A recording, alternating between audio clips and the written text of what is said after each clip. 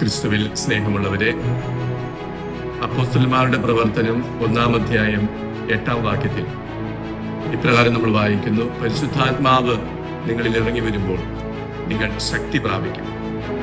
കണ്ണറവിള പരിശുദ്ധാത്മാ ദേവാലയത്തിന്റെ 58-ാമത് തിരുനാൾ 2026 മെയ് 17 മുതൽ 24 വരെ നടത്തപ്പെടുന്നു.